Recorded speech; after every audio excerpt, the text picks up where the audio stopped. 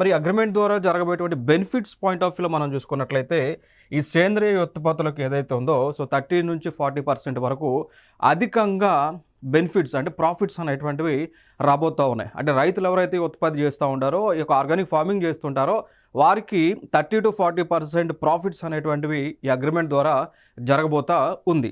So అయితే ఇటీవల అంటే ఇక్కడ మనకి 2024-2025 మధ్య ఉన్నటువంటి ఆర్థిక సంవత్సరం ఏదైతే ఉందో ఈ కాలానికి దాదాపు భారతదేశము 8.96 మిలియన్ల డాలర్స్ మేర ఈ ఉత్పత్తులను ఎగుమతి చేయడం జరిగింది ఆస్ట్రేలియా దేశానికి.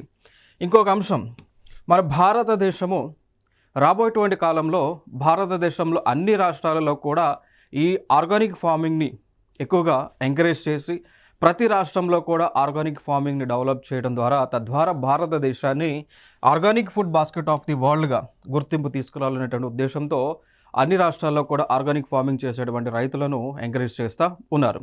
సో ఫైనల్గా భారతదేశం మనం చూస్తూ ఉన్నాం. సో భారతదేశం అనేటువంటిది మెడికల్ హబ్గాను కనిపిస్తూ ఉంది, ఫార్మసీ ఆఫ్ ది వరల్డ్గాను కనిపిస్తూ ఉంది. దాని తర్వాత మనం చూసుకుంటే చిరుధాన్యాలు అంటాం, మిల్లెట్స్ ఆఫ్ ది వరల్డ్ హబ్గా భారతదేశం కనిపిస్తూ ఉంది. ఇక మీదట ఈ organic food basket of the వరల్డ్గా కూడా భారతదేశాన్ని పిలవబోతూ ఉన్నారు. కారణం ఏంటి అంటే భారతదేశము ఈ అగ్రిమెంట్స్ ద్వారా అనేక ఆర్గానిక్ ఫార్మింగ్ ఉత్పత్తులను చేయబోతూ ఉన్నారు.